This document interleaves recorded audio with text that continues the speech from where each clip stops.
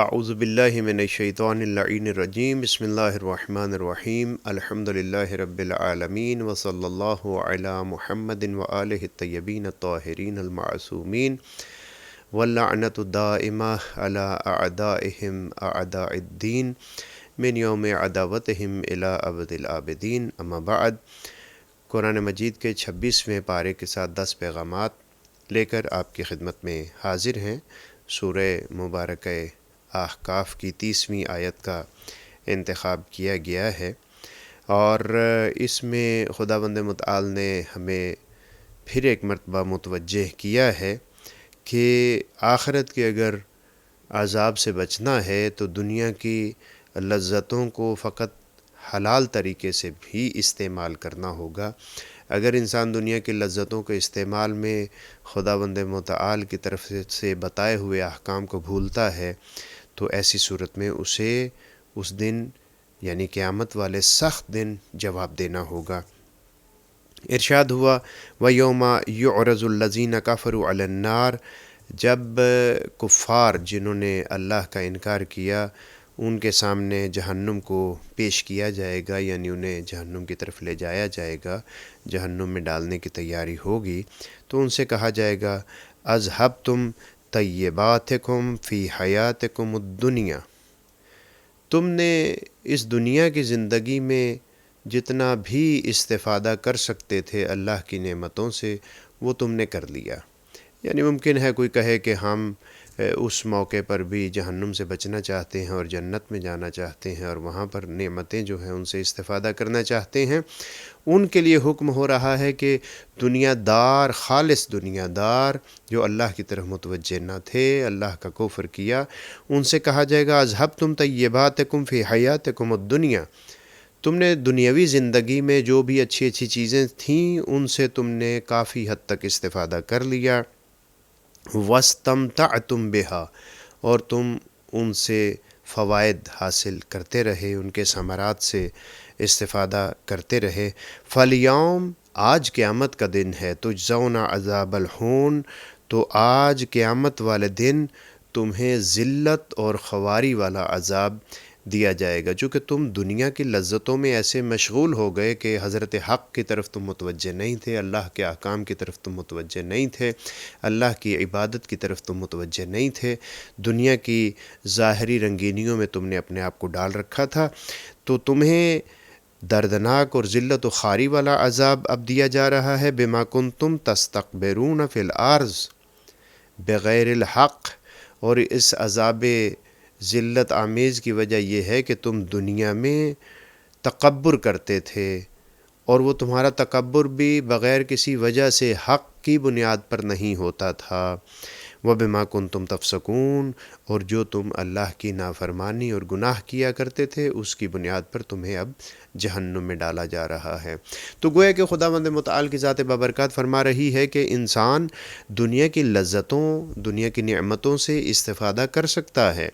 لیکن دنیا کی لذتوں اور نعمتوں سے استفادہ کرنے کے لیے اسے اللہ کے بتائے ہوئے قوانین پر عمل کرنا ہوگا۔ ظاہری لذتوں کو اگر وہ استعمال کرتا ہے تو مقررات الہی کے مطابق وہ ان لذتوں سے استفادہ کر سکتا ہے، وگرنہ اسے قیامت والے دن اس ذلیل کرنے والے عذاب کا سامنا ہوگا۔ اسی لیے قرآن فرما رہا ہے اذھبتم طیباتکم فی حیاتکم الدنیا، تم نے دنیا کی زندگی میں اس کی اچھی اچھی چیزوں سے استفادہ کر لیا اور اللہ کی طرف تم بالکل متوجہ نہیں ہوئے۔ حضرت امام جعفر صادق علیہ السلام فرماتے ہیں کہ نبی گرامی اسلام کی زندگی اسی معیار کے مطابق تھی جو معیار خداوند متعال چاہتا ہے۔ آپ دنیا کی ظاہری نعمتوں سے منہ پھیرے ہوئے تھے، لہذا آپ نے نقل فرمایا دخل علی النبی رجل وهو علی حصیر قد اثر فی جسمہ ووسادۃ لیف قد اثرت فی خدہ، ایک شخص نبی گرامی اسلام کی خدمت میں آیا، آپ کھجوروں کے بنے ہوئے مصلے کے اوپر آرام فرما رہے تھے، اور اس پر لیٹنے کی وجہ سے آپ کے جسم مبارک پر ان پتوں کے آثار واضح تھے۔ اسی طریقے سے آپ نے اپنے سر کے نیچے جو تکیہ رکھا ہوا تھا وہ تکیہ بھی کھجور کے پتوں کا بنا ہوا تھا، اور چونکہ آپ کروٹ پر تھے تو آپ کے رخسار مبارک پر بھی اس تکیے کے آثار موجود تھے، یعنی ان پتوں کے آثار موجود تھے۔ فجعل یمسح ویقول، اس شخص نے جب رسول اللہ کی یہ حالت دیکھی کہ آپ کا بدن اطہر بڑی سختی میں ہے اور سخت بستر پر آپ آرام فرما رہے ہیں، تو اس نے مصلے کے اوپر اپنے ہاتھ کو پھیرا اور کہنے لگا مرض بہذا کسرا ولا قیصر انہم ینامون علی الحریر والدیباج، ایسے بستر پر قیصر و قیصرہ تو کبھی بھی آرام نہیں کرتے تھے، وہ ہمیشہ ریشمی اور دیباج ان نعمتوں سے وہ اپنے آپ کو منعم کیے ہوئے تھے خود اپنے ہاتھوں سے، یعنی آرام دہ زندگی تھی، ریشم کو وہ استعمال کرتے تھے۔ وَأَنْتَ عَلَى هَذَا الْحَصِيرِ، اے اللہ کے رسول آپ اس سخت چٹائی کے اوپر لیٹے ہوئے ہیں۔ فقال رسول اللہ صلی اللہ علیہ وآلہ وسلم، امام فرماتے ہیں کہ رسول گرامی اسلام نے فرمایا لَأَنَا خَيْرٌ مِّنْهُمَا وَاللَّهِ لَأَنَا أَكْرَمُ مِّنْهُمَا وَاللَّهِ مَا أَنَا وَالدُّنْيَا، اے شخص تمہیں معلوم ہونا چاہیے کہ میں ان دونوں سے بہت بہتر ہوں، میں خیر پر ہوں، میں بہت بڑی عظمت پر ہوں۔ اللہ کی قسم کھا کر پھر فرمایا کہ میں مکرم ہوں، وہ مکرم نہیں تھے، میں مکرم ہوں، اکرم ہوں میں، اللہ کی قسم۔ واللہ ما انا والدنیا، اور یاد رکھو مجھے اس دنیا سے کیا لینا دینا، مجھے دنیا کی ان نرمیوں سے کیا لینا دینا، ان ظاہری نعمتوں سے کیا لینا دینا۔ انما مثل الدنیا کمثل رجل راکب مر علی شجرۃ، اس دنیا کی مثال ایسے ہی ہے جیسے ایک سوار شخص جا رہا ہے اور وہ درخت کے قریب سے گزرا ہے، وَلَهَا فَيْءٌ فَاسْتَظَلَّ تَحْتَهَا، اس نے دیکھا کہ درخت کا سایہ ہے اور وہ اس سائے کے نیچے کچھ دیر استراحت کے لیے بیٹھ گیا ہے۔ فَلَمَّا أَنْ مَالَ الظِّلُّ عَنْهَا، جب ظاہر ہے سورج کی گردش کی وجہ سے وہ سایہ ختم ہوا ہے تو ارتحل فذهب وتركها، تو اس نے اس جگہ کو ترک کیا اور آگے کی طرف چل پڑا۔ یہ دنیا ایک سائے کی مانند ہے، مجھے اس حریر سے کچھ لینا دینا نہیں ہے۔ حضرت امیر المؤمنین سے نقل ہوا، حضرت امام محمد باقر علیہ السلام نے فرمایا، امیر المؤمنین بھی فرمایا کرتے تھے ان امیر المؤمنین علی ابن ابی طالب علیہ السلام اوتیا بخبیث، مولا امیر المؤمنین کی خدمت میں ایک غذا لے کر آئے۔ یہ جو میں نے تلفظ کیا متوجہ رہیے کہ یہ آخری حرف جو ہے بے خبیث ان کا، یہ صاد ہے، سے نہیں ہے، الف بے پے تے سے، سا نہیں ہے بلکہ صاد ہے، صاد زاد، یہ وہ لفظ ہے۔ یہ خاص قسم کے مرغوب قسم کے حلوے کو عربی زبان میں کہتے ہیں۔ امام پنجم فرماتے ہیں کہ آقا و مولا امیر المؤمنین کی خدمت میں وہ حلوہ لایا گیا، فَأَبَى أَن يَأْكُلَهُ، تو امیر المؤمنین نے اسے کھانے سے پرہیز کیا، اپنے نوش نہیں فرمایا۔ فقالوا له أتحرمه، تو ساتھیوں نے آپ کی خدمت میں عرض کیا یا لانے والوں نے آپ کی خدمت میں عرض کیا کہ اے مولا کیا آپ نے اس کو اپنے اوپر حرام کر لیا ہے؟ قال لا، نہیں میں نے اپنے اوپر حرام نہیں کیا، وَلَكِنِّي أَخْشَىٰ أَن تَتُوقَ إِلَيْهِ نَفْسِي فَأَطْلُبُهُ، آپ نے فرمایا حلوہ کھانے کی وجہ سے، یہ مرغوب اور اچھی اور لذیذ غذا کھانے کی وجہ سے کہیں ایسا نہ ہو کہ میں اس کا عادی ہو جاؤں اور پھر میں اس کی تلاش میں اس کے پیچھے پیچھے پھروں۔ پھر آپ نے ثم تلا هذه الآیہ، پھر آپ نے اس آیہ مجیدہ کی تلاوت کی، اذهبتم طیباتکم فی حیاتکم الدنیا واستمتعتم بها، تم نے اس دنیا میں جو لذتیں اٹھانی تھی اٹھا لی ہیں، اب آخرت میں تمہارے لیے کسی بھی قسم کی آسائش و لذت نہیں ہے، لہٰذا تم جہنم میں جاؤ۔ تو بس یہ آیت بتاتی ہے کہ انسان کو جائز لذتوں سے استفادہ کرنا چاہیے اور اپنے بدن کو، اپنی روح کو، اپنے نفس کو، اپنے پیٹ کو، اپنی زبان کو، اپنی آنکھوں کو ایسی لذتوں میں نہیں ڈال دینا چاہیے کہ اگر وہ لذت، وہ خوشی، وہ حلال چیز اگر اسے میسر نہ ہو تو وہ اپنے آپ پر قابو نہ رکھ سکے۔ دوسرا پیغام، اہم پیغام جو ہمیشہ کے لیے مسلمانوں کے لیے ہے اور ہمیشہ ہی تقریباً مسلمانوں کی اکثریت نے اس پیغام سے دوری اختیار کی ہے، اس کا بات کے کہنے میں کسی بھی قسم کی جھجک نہیں ہے، اسلامی تاریخ ہمیں اسی کی طرف رہنمائی کرتی ہے۔ سورہ مبارکہ محمد اس کی 35ویں آیت میں ارشاد ہو رہا ہے وَلَا تَهِنُوا وَتَدْعُوا إِلَى السَّلْمِ وَأَنْتُمُ الْأَعْلَوْنَ، تم سستی اختیار نہ کرو، کسی بھی صورت میں تمہیں سست نہیں ہونا چاہیے۔ ہاں تم کافروں کو سلامتی کی طرف بلا سکتے ہو، یعنی صلح کی طرف بلا سکتے ہو، لیکن صلح کرتے ہوئے سستی اختیار نہ کرو، خوف میں مبتلا نہ ہو جاؤ، سست نہ پڑ جاؤ۔ وَأَنْتُمُ الْأَعْلَوْنَ، اللہ نے تمہیں بلند رکھا ہے، تم مسلمان ہو، تم بلند ہو، تمہارے اوپر کوئی بھی نہیں ہے، سب تم سے کم تر ہیں۔ وَاللَّهُ مَعَكُمْ، اور ساتھ ہی ساتھ اللہ تمہارے ساتھ ہے۔ وَلَنْ يَتِرَكُمْ أَعْمَالَكُمْ،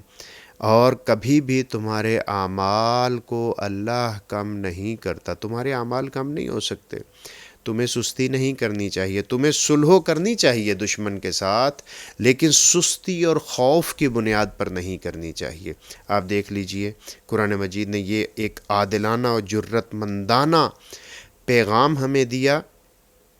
کہ صلح ضرور کرو، لیکن عزت و آبرو کے ساتھ صلح ہونی چاہیے۔ اپنی وہ چیزیں جو اللہ کی طرف سے ہمارے اوپر لازم ہیں ان کو چھوڑ کر، اسلامی مسلمات کو چھوڑ کر، الہی مقررات کو چھوڑ کر کسی بھی صورت میں کافروں کے ساتھ صلح نہیں ہو سکتی۔ آج آپ مسئلہ فلسطین کو دیکھ لیں، آج آپ ہندوستان کے ساتھ مسائل کو دیکھ لیں، اسلامی اقدار کو چھوڑ کر ان کے ساتھ صلح نہیں ہو سکتی۔ آپ یورپ کو دیکھ لیجئے، یورپ والے اگر نبی گرامی اسلام صلی اللہ علیہ وآلہ وسلم اور اسلام جسے رسول گرامی اسلام لے کر آئے اس کا اگر مذاق اڑائیں، اور ہم اپنی معیشت کی خاطر اور ظاہری دنیا کے حصول کی خاطر اگر ہم ڈر جائیں، سست پڑ جائیں اور جھک کر ان کے ساتھ صلح کریں، تو خداوند متعال اس صلح کی مذمت کرتے ہوئے میں یاد کروا رہا ہے، انتم الاعلون، تمہیں سر بلند رکھا ہے، اور یاد رکھو دوسری بات یہ ہے کہ واللہ معکم، تم برتر بھی ہو اور خدا بھی تمہارے ساتھ ہے۔ اور اگر تم ایسا کرتے ہو اور بلا خوف و خطر اسلامی مقررات اور بنیادوں کے اوپر صلح کرتے ہو، تو خداوند متعال تمہارے اعمال میں کمی نہیں کرے گا بلکہ تمہیں اور مضبوطی عطا کرے گا۔ مولا امیر المؤمنین بھی جب آپ اپنے ساتھیوں سے مخاطب ہوتے ہیں تو اسی صلح کی بات کرتے ہیں کہ دیکھو مالک، تم نے وہ صلح کرنی ہے جس میں تیرے رب کی رضا ہو۔ آپ نے فرمایا وَلَا تَدْفَعَنَّ صُلْحًا دَعَاكَ إِلَيْهِ عَدُوُّكَ، جس وقت تمہیں تمہارا دشمن صلح کی طرف بلائے، وَلِلَّهِ فِيهِ رِضًا، اور تم دیکھو کہ اس صلح میں یقیناً میرا رب بھی راضی ہے، اللہ کی رضا بھی ہے، تو پھر تم دشمن کی اس آفر کو جھٹلاؤ نہیں بلکہ اس کے لیے صلح کا اقدام کر سکتے ہو، شرط رضا رب ہے، اللہ اگر راضی ہے۔ پھر آپ نے فرمایا فَإِنَّ فِي الصُّلْحِ دَعْتًا لِجُنُودِكَ، اے مالک یاد رکھو جب تم صلح کرو گے تو تمہارا لشکر ذرا راحت میں ہوگا، اس کے لیے آسائش ہوگی، وَرَاحَةً مِّنْ حَمُومِكَ، ہم و غم تم لوگوں کا کم ہوگا، جو تمہارے لیے مشکلات ہیں وہ کم ہوگی، وَأَمْنًا لِبِلَادِكَ، اور صلح کی جب شرائط طے ہوتی ہیں تو ظاہر ہے شہروں کی حفاظت کے بھی ایگریمنٹ میں دستخط کیے جاتے ہیں کہ ہمارے شہروں پر حملہ نہیں ہوگا، ہمارے قبیلے پر حملہ نہیں ہوگا، ہمارے ماننے والوں پر حملہ نہیں ہوگا، وَعَلَى هَذَا الْقِيَاسِ، لہٰذا مولا فرماتے ہیں کہ شہروں میں بھی امن آتا ہے، وَلَكِنَّ الْحَاضِرَ کل الحاضر من عدوک بعد صلحہ، لیکن مولا امیر المومنین نے فرمایا جب اپنے دشمن کے ساتھ صلح کر لو تو خبردار سست نہ پڑو، ہوشیار رہو، ہوشیار رہو، اور تمہیں ہر موقع پر ہوشیار رہنا ہے اور ہوشیار رہنا چاہیے۔ تیسرا پیغام 26ویں پارے سے خداوند متعال نے تھوڑی سی اس نقطہ اس پیغام کا طولانی ہو جاتا ہے، وہ اس حوالے سے کہ اس میں اشارہ ہے بیعت رضوان کی طرف، جسے ہم صلح حدیبیہ کا نام بھی دیتے ہیں، اور یہ تھوڑا سا طویل اس گفتگو ہے، 5 سے 8 منٹ کم از کم چاہیے کہ تھوڑا سا اس کے متعلق آگاہ کر دیا جائے، لیکن میں مختصراً آپ کی خدمت میں یہ عرض کر دوں کہ صلح حدیبیہ کے موقع پر جو قرآن مجید کی 18ویں آیت سورہ مبارکہ فتح میں نازل ہوئی، اس کا لب لباب یہ ہے کہ تم نے اپنے رہبر کی اطاعت میں سستی کی، جس کی وجہ سے یہ عمل کرنا پڑا۔ خداوند متعال بتا رہا ہے کہ اپنے رہبر کی اپنے ولی امر کی، یعنی اس وقت رسول اللہ صلی اللہ علیہ وآلہ وسلم کی، اور کچھ سالوں کے بعد امام حسن مجتبیٰ علیہ الصلاۃ والسلام کی، اگر تم مکمل طور پر اطاعت کرو تو خداوند متعال اس سے بلند تر مرتبے بھی تمہیں دے سکتا ہے۔ ارشاد ہوا لقد رضی اللہ عن المؤمنین، بتحقیق اللہ مومنین سے راضی ہو گیا، اذ یبایعونک تحت الشجرہ، جب تم درخت کے نیچے بیعت کر رہے تھے، فعلم ما فی قلوبہم، اور اللہ جان گیا کہ ان کے دلوں میں کیا ہے، وہ یقیناً یہاں پر باصفا دل کے ساتھ موجود تھے۔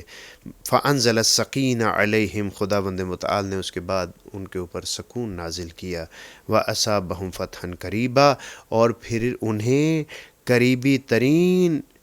فتح میں، قریبی ترین جنگ میں بھی انہیں فتح بھی دی، اور یہ حقیقتاً فتح جو ہے یہ ان کو جزا گویا کہ ملی، اور یہ اشارہ ہے جنگ خیبر کی طرف 7 ہجری میں جو ہوئی، صلح حدیبیہ 6 ہجری میں ہوئی، اور خیبر 1 سال کے بعد خداوند متعال نے 1 سال پہلے جنگ خیبر میں فتح کی خوشخبری سنا دی۔ البتہ یاد رکھیے کہ خداوند متعال نے غزوہ حنین کے بارے میں بھی گفتگو فرمائی جو اس سے پہلے والی آیات میں ہے، اور وہاں پر ایک ہوش ربا قسم کی حیثیت کے متعلق خداوند متعال نے متوجہ کیا، لہذا قرآن مجید ہمیں اس مطلب کی طرف اشارہ کرتا ہے کہ اصحاب رسول صلی اللہ علیہ وآلہ وسلم اور اس سے پہلے بھی انبیاء کے جتنے بھی صحابہ تھے، ان صحابہ میں مختلف قسم کے لوگ ہوا کرتے تھے، کسی بھی صورت میں انہیں ایک درجے پر قرار نہیں دیا جا سکتا۔ صلح حدیبیہ کی آیت اور غزوہ حنین کی آیت، ان دونوں کے درمیان اگر آیت نمبر 10 اور 18 کا مطالعہ کیا جائے تو یہ بات بالکل واضح ہو جاتی ہے۔ وہاں پر نکسا کا لفظ استعمال ہوا، جنہوں نے اپنے عہد کو توڑا، اور ظاہر رسول اللہ کے ساتھ جو لوگ تھے وہ عمومی تعریف کے مطابق، جس میں صحابی کی تعریف کی جاتی ہے، عمومی تعریف کے مطابق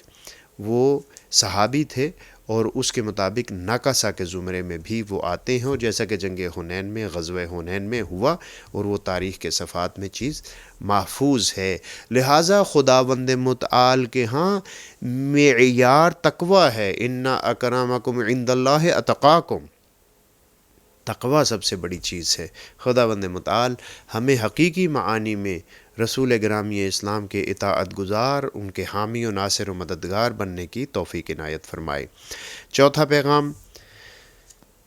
مومن کی نشانی خداوند متعال نے بتائی کہ مومن میدان جنگ میں کفار کے مقابلے پر سیسہ پلائی ہوئی دیوار کی مانند متحد ہوتا ہے، کبھی بھی دشمن مومن میں رخنہ نہیں ڈال سکتا، جبکہ جب آپس میں ملتے ہیں تو لگتا ہے کہ ان میں کوئی بھی سختی نہیں ہے۔ رحماء بینہم، آپس میں انتہائی رحیم اور محبت کرنے والے ہوتے ہیں۔ لہٰذا سورہ مبارک فتح کی 29 نمبر آیت میں اسی مطلب کی طرف اشارہ ہوا، محمد رسول اللہ، محمد تو اللہ کے رسول ہیں، والذین معہ،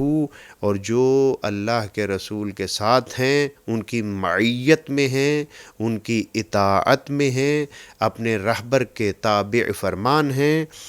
اشداء علی الکفار، وہ کافروں پر بہت سخت ہیں، ان کے پاس کافروں کے لیے کسی بھی قسم کی نرمی نہیں ہے۔ مولا امیر المؤمنین علیہ السلام کی زندگی اس بات کا شاہکار ہے کہ جب آپ رسول اللہ کے دشمنوں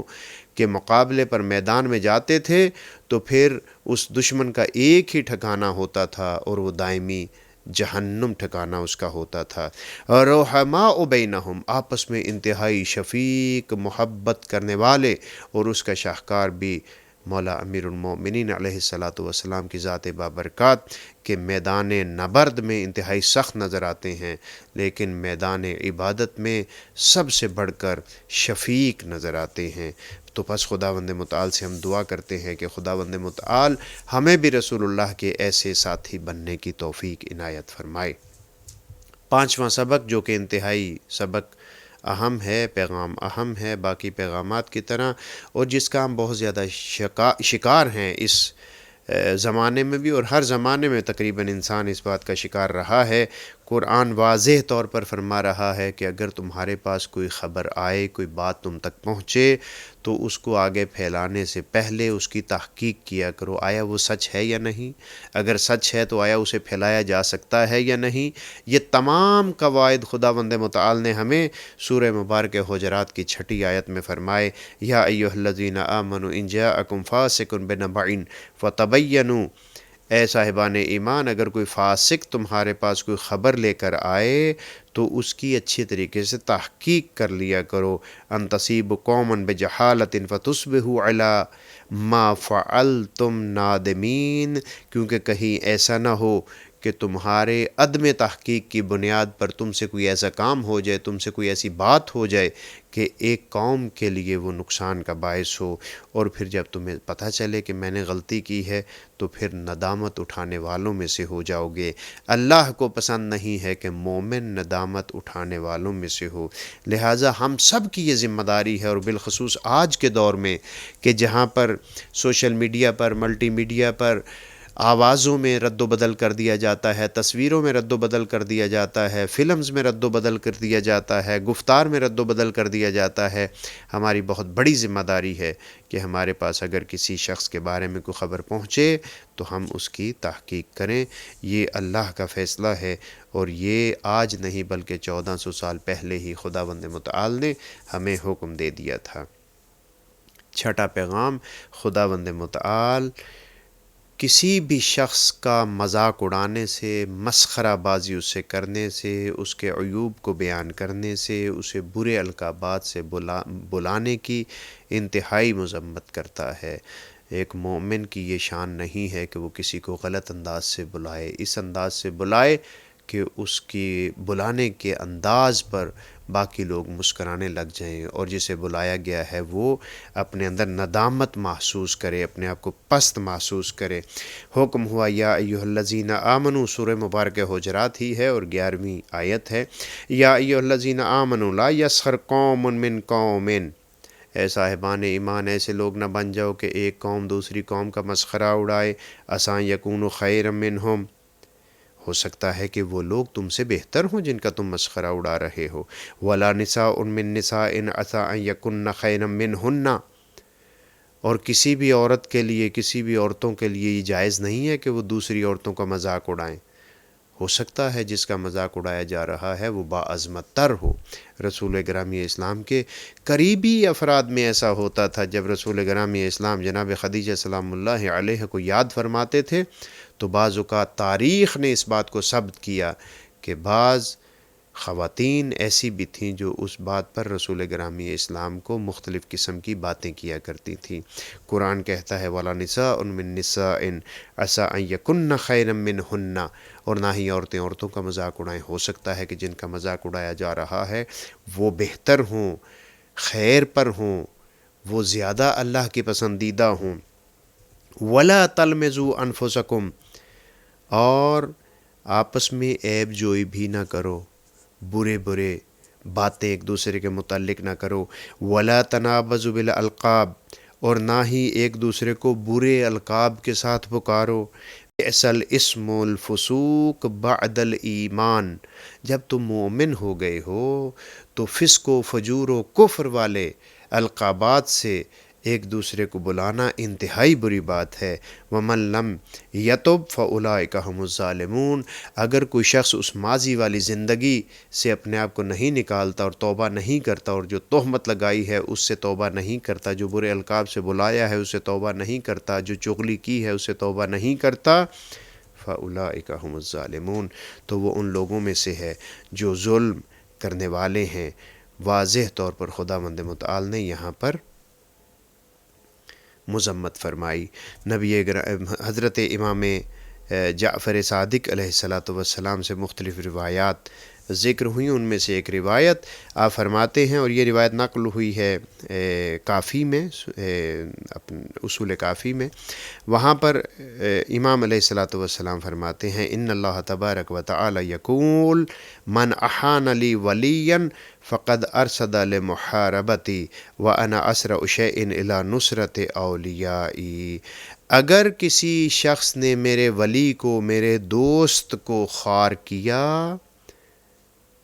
من اہانا جس نے اہانت کی، لی ولین اس شخص کی کہ جو میرا دوست ہے، فقد ارشد لمحاربتی اس نے اپنے آپ کو میرے ساتھ جنگ کے لیے آمادہ کیا، وہ میرے ساتھ جنگ کر رہا ہے، میرے دوست پر صرف وہ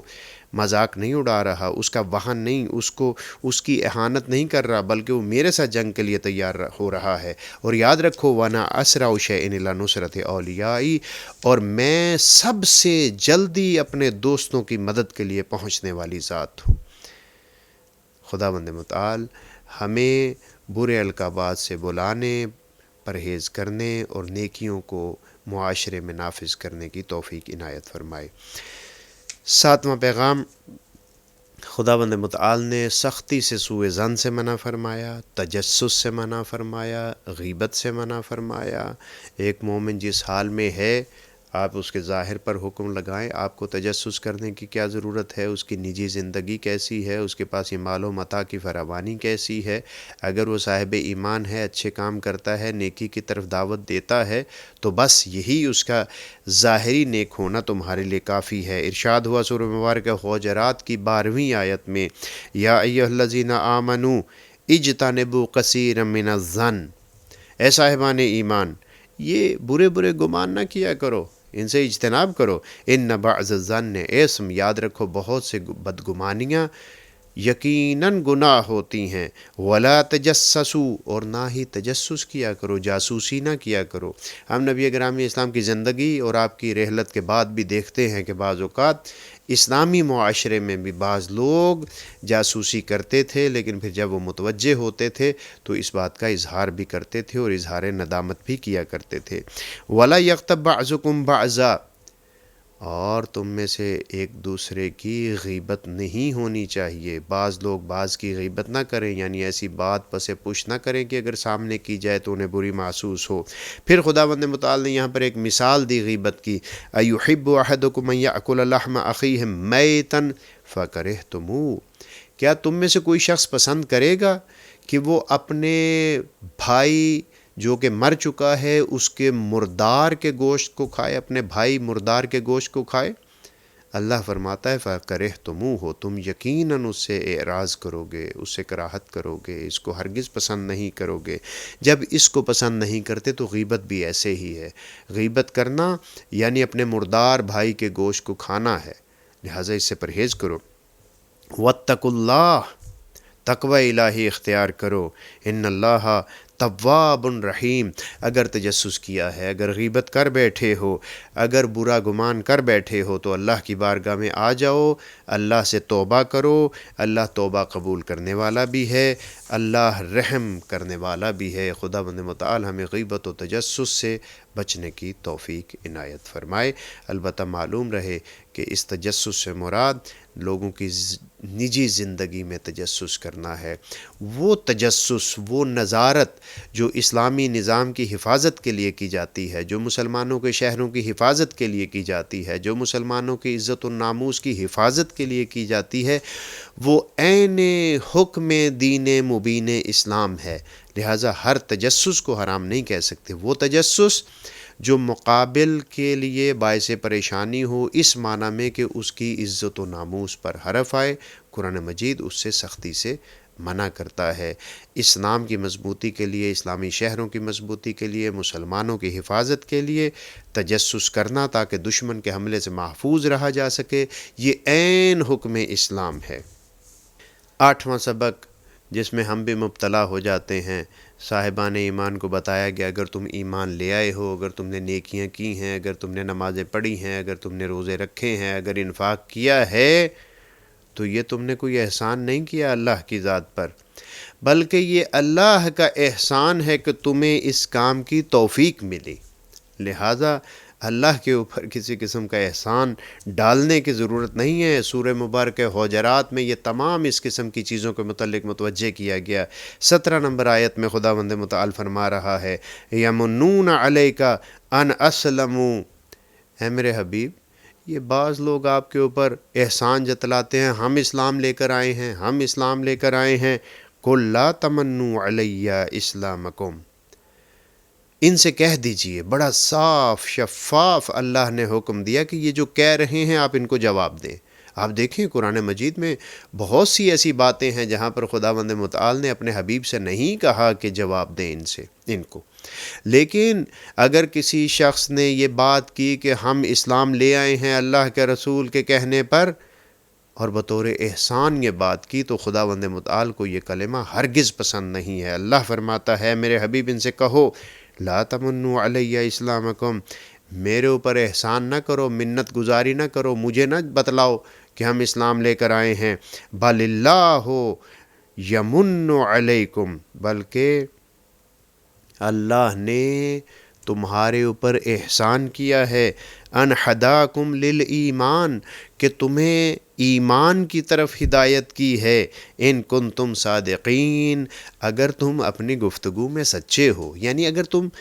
سچ بیان کرنا چاہتے ہو تو یہ کہو کہ نبی گرامی اسلام کے وجود مقدس کی وجہ سے خداوند متعال نے ہمیں یہ توفیق دی کہ ہم اسلام لے کر آئے، نہ یہ کہ ہم نے اسلام لا کر رسول اللہ کو تقویت بخشی، نہ یہ کہ ہم نے اسلام لا کر اسلام کو تقویت بخشی، نہ یہ کہ ہم اسلام لا کر اللہ کے دین کو پھیلانے کا سبب بنے۔ اللہ کو ایسی باتیں ہرگز پسند نہیں ہیں، اور ایسی باتوں پر اللہ فوراً اپنے حبیب کو کہہ رہا ہے کہ ان کو ان کی اصل بتا دو۔ جناب جابر بن عبداللہ انصاری اس آیہ مجیدہ کے حوالے سے ذکر فرماتے ہیں، شان نزول کے حوالے سے، جناب جابر وہ ہستی ہیں جنہیں رسول اللہ نے وقت رحلت وہ امانت دی تھی سلام والی، جو آپ نے واقع کربلا کے بعد نبی گرامی اسلام کے 5ویں جانشین حضرت امام محمد باقر علیہ السلام کی خدمت میں پہنچائی تھی۔ اتنی جلیل القدر ہستی ہیں جناب جابر، اتنے صاحب ایمان ہیں، اتنی بڑی شخصیت ہیں کہ رسول اللہ کو ان پر اتنا بھروسہ ہے کہ 5ویں جانشین کے لیے ان کے پاس اپنے سلام کی امانت رکھ رہے ہیں۔ جناب جابر فرماتے ہیں کنت عند رسول اللہ فی حفر الخندق، جب خندق کھودی جا رہی تھی ہم رسول اللہ کے ساتھ تھے، خندق کھود رہے تھے، وقد حفر الناس، لوگ بھی کھود رہے تھے، وحفر علی، علی علیہ السلام بھی خندق کھود رہے تھے، فقال له النبی، نبی صلی اللہ علیہ وآلہ وسلم نے کہا، جناب جابر بن عبداللہ انصاری فرما رہے ہیں رسول اللہ نے علی علیہ السلام سے کہا بے ابی من یحفر، یہ جو کھود رہا ہے اس پر میرے باپ قربان ہو جائے۔ اللہ اکبر۔ رسول اللہ امیر المؤمنین علی علیہ السلام کو مخاطب کر کے اور ان کی طرف اشارہ کر کے فرما رہے ہیں کہ میرے باپ اس کھودنے والے پر قربان ہو جائے۔ کیوں؟ اس کی وجہ بتائی، وجبرائیل یکنس التراب بین یدیہ، یہ کھود رہے ہیں، ان کے آگے آگے جبرائیل جھاڑو دے رہے ہیں، جس جگہ کی کھدائی امیر المؤمنین کر رہے ہیں جناب جبرائیل جھاڑو دے رہے ہیں، وَيُعِينُهُ میکائیل، اور علی علیہ السلام کی کھدائی میں مدد جناب میکائیل کر رہے ہیں۔ اور پھر رسول اللہ نے جناب میکائیل کے متعلق فرمایا وَلَمْ يَكُنْ يُعِينُ أَحَدًا قَبْلَهُ مِنَ الْخَلْقِ، جب سے خداوند متعال نے میکائیل کو خلق کیا ہے اس دن سے لے کر آج خندق کے دن تک